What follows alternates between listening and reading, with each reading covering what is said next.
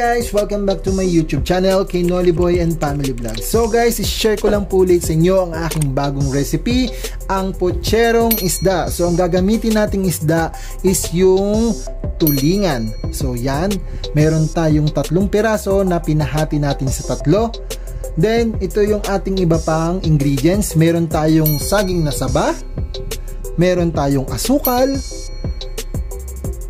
bell pepper, chorizo, at saka yung ating carrots, at saka yung ating patatas, yung ating Baguio beans, at saka yung ating repolyo, cooking oil, paminta, asin, at saka yung ating tomato sauce, at saka yung ating seasoning, yung ating magic sarap, at saka yung ating garbanzo sauce. So guys, dahil kumpleto na yung ating ingredients para sa ating bagong recipe, halika kayo at samahan nyo ako magluto para maumpisa na natin tong ating putserong isda. Maglagay muna tayo ng cooking oil sa ating pan. Ang ating unang ipa-fried is yung ating carrots at saka yung ating patatas.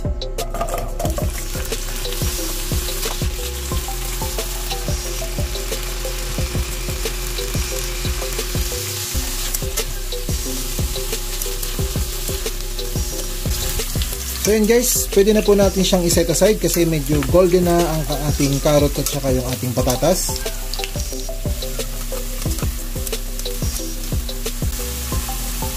Ito na po guys yung ating patatas at saka yung ating carrot na fried. Next naman yung ating saging na saba.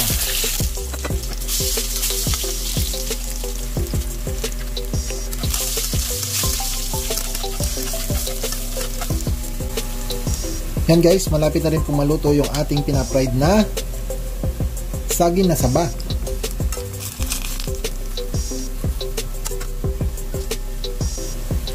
Yan guys, pwede na natin set aside yung ating pina-fried na saging na saba.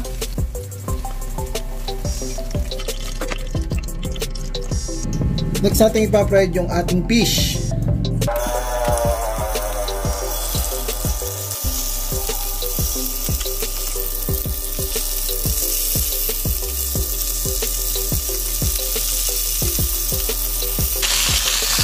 So yan guys, pwede na natin set aside itong ating fish para mag-start na tayong mag-gisa.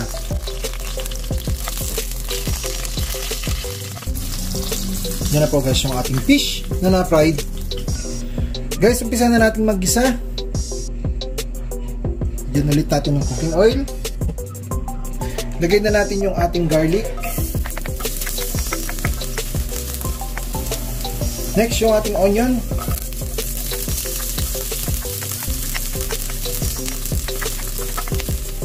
Sunod yung ating kamatis.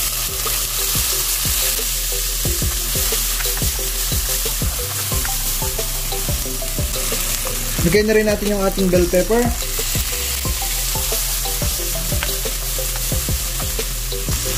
Next yung ating chorizo. Next, lagay na natin yung ating Baguio beans.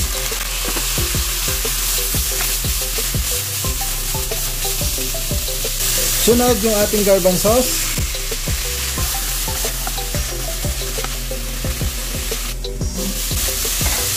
Yung next natin lalagay yung ating tubig. Takloban lang natin, mamaya natin haluin. Sunod natin ilalagay is yung ating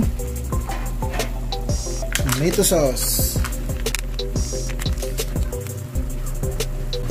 Then yung ating sugar, i-mix lang natin.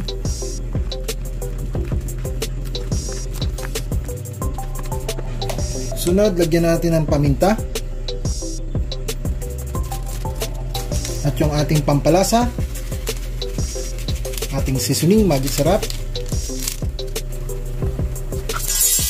Then lagyan natin ng asin. Haluin lang natin. Then saka takloban.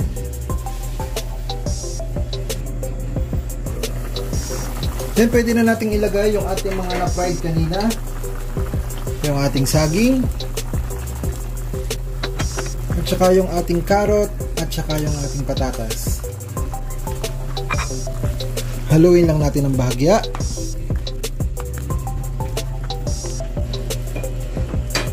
Sunod yung ating fish.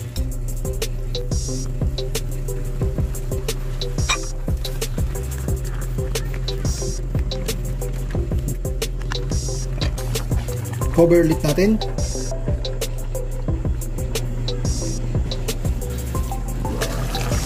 Guys, lalagyan na natin yung ating repolyo.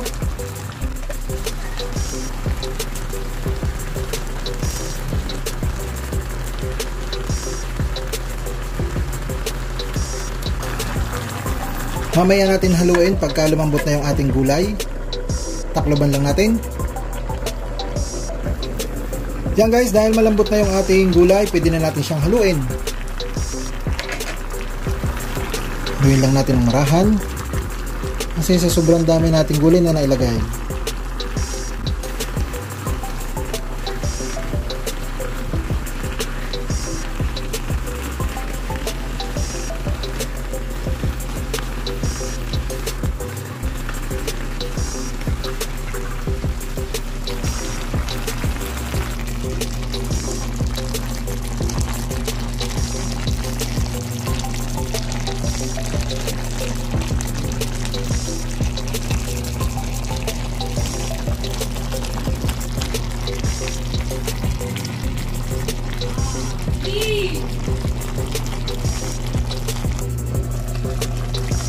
So yan guys, yan na po yung ating putserong isda.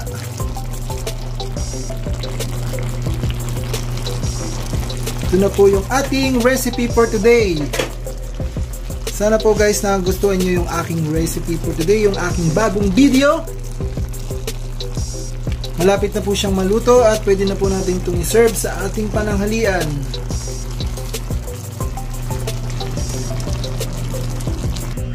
Guys, ito na po yung ating recipe for today, ang ating putserong isda. Done na po tayo.